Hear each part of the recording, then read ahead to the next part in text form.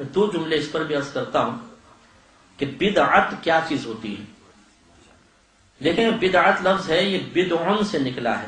بدعن کا مطلب یہ ہوتا ہے کہ کسی چیز کو اس طرح بنانا کہ اس سے پہلے اس کا کوئی نمونہ یا مثال موجود نہ ہو. اس کو بدعت اسی لیے کہتے ہیں فعل کو یا عقیدے کو کہ ایسا فعل یا ایسا عقیدہ جس کی مثال پہلے کہیں نہ ملتی ہو. نیا عقیدہ، نیا عمل، نیا فعل، اس کو بدعت کہا جاتا ہے. تو یہ ایک بدعن کا معنی ہوتا ہے لغوی اعتبار سے. اور بدعت جو ہم شرعی اعتبار سے یا اصطلاحی اعتبار سے استعمال کرتے ہیں اس کا مطلب یہ ہوتا ہے کہ وہ عقیدہ، وہ قول، وہ فعل، وہ عمل کہ جو نبی کریم صلی اللہ علیہ وسلم کے دور کے بعد ہوا اسے بدعت کہتے ہیں. جیسے کہ حضرت عمر فاروق رضی اللہ تعالی عنہ نے جب تراویح کی باقاعدہ جماعت قائم فرمائی تو آپ دیر سے تشریف لائے، دیکھا کہ جماعت ہو رہی تھی تو آپ کی زبان اقدس سے جملہ نکلا کہ نعمت البدعۃ ھذہ، یہ کیا ہی اچھی بدعت ہے. معلوم ہوا کہ ہر بدعت بری بھی نہیں ہے، تو نبی کریم کے دور کے بعد چونکہ شروع ہوا اس کو بدعت قرار دیا.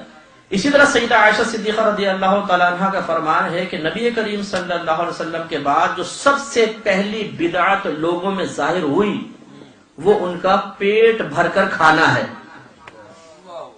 اس کو بدعت قرار دیا. گویا کہ نبی کریم کے دور کے بعد جو کچھ شروع ہوگا اس کو بدعت کہا جائے گا. عمر فاروق رضی اللہ تعالیٰ عنہ کے قول سے ہی اشارہ مل گیا کہ ہر بدعت بری نہیں ہوتی.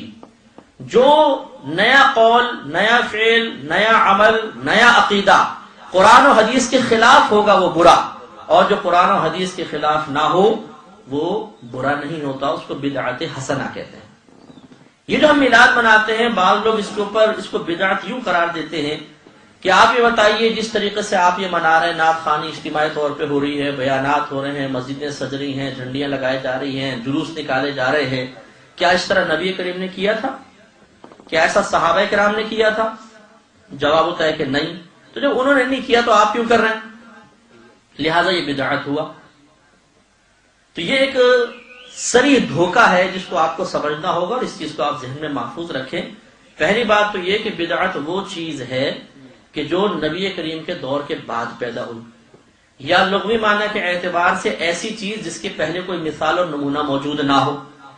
جبکہ ہم جو میلاد مصطفیٰ صلی اللہ علیہ وسلم منا رہے ہیں یہ کسی جہت سے بدعت ہو ہی نہیں سکتی ہے. وجہ اس کی کیا ہے؟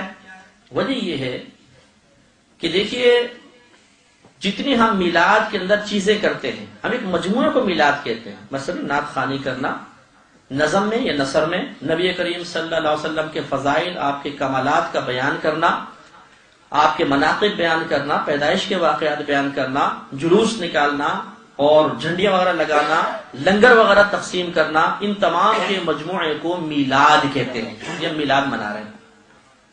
تو میں اکثر یہ عرض کرتا ہوں کہ پہلے کہ آپ میرے کوشچنز کا جواب دیں کہ بتائیے نمک کھانا جائز ہے کہ نہیں؟ مرچیں، گوشت، چاول، پیاز، ٹماٹر، گرم مسالہ جائز؟ جب ان کو ملا کے بریانی بنا لو تو ناجائز ہو جائے گا؟ جائز رہے گا.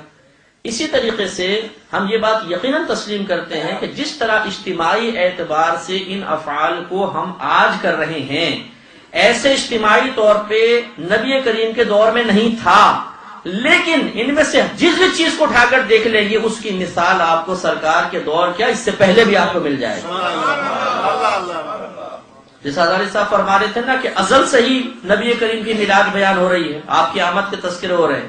بالکل صحیح بات. اس لیے کہ کلام اللہ کی صفت ہے. جیسے اللہ کی ذات قدیم ہے اس کا کلام بھی قدیم ہے، اور اس کا کلام نبی کریم صلی اللہ علیہ وسلم کی مدح و ثنا اور آمد کے کلمات پر مشتمل ہے.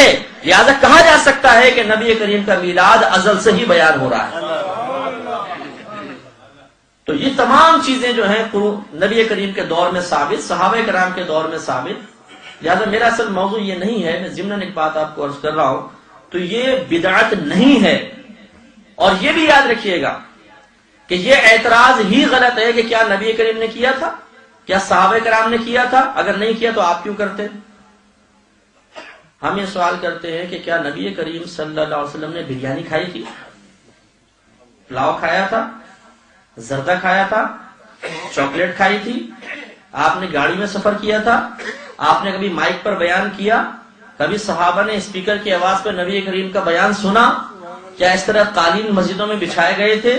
کیا مسجدوں میں گنبد اور مینار بنائے گئے تھے؟ کیا نمازوں کی جماعت کے لیے اوقات مخصوص کیے گئے تھے؟ کیا نبی کریم صلی اللہ علیہ وسلم نے اصحاب صفہ کو علم دین سکھانے کے لیے درجہ بندی مقرر کی تھی کہ پہلے یہ کتابیں پڑھنی ہے، پہلے سال میں، دوسرے سال میں یہ، تیسرے سال میں یہ، چوتھے، پانچویں، چھٹے، ساتویں، آٹھویں سال میں یہ، اور اس وقت ختم بخاری ہوگا، اس وقت میری حدیثیں ختم ہوں گی تو تمہارے دستار باندھی جائے گی؟ کیا یہ سب اس زمانے میں تھا؟ نہیں، اس دور میں ہے۔ جب یہ سب جائز ہے تو صرف میلاد مصطفیٰ ناجائز کیسے ہو سکتا ہے؟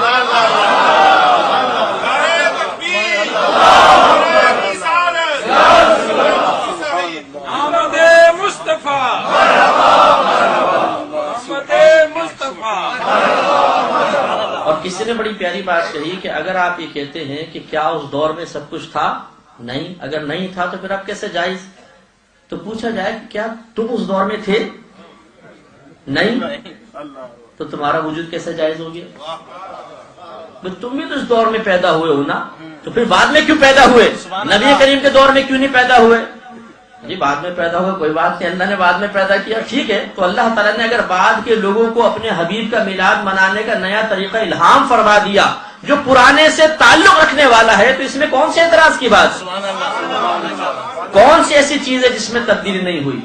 شادی کے معاملات دیکھ لیں، بزنس کے معاملات دیکھ لیں، ایک دوسرے سے میل جول کے معاملات دیکھ لیں، مبارکباد کے معاملات دیکھ لیں، تعلیم کے معاملات دیکھ لیں، سب تبدیل ہو گئے ہیں۔ جب سب تبدیلی کے باوجود آپ یہ کہتے ہیں کہ جب تک دائرہ شریعت میں ہے جائز ہے، تو جب تک میلاد مصطفیٰ کسی بھی انداز سے منایا جائے، جب تک دائرہ شریعت میں رہے گا، اس کے جواز پر کوئی کلام نہیں ہو سکتا، بالکل جائز اور حق ہے۔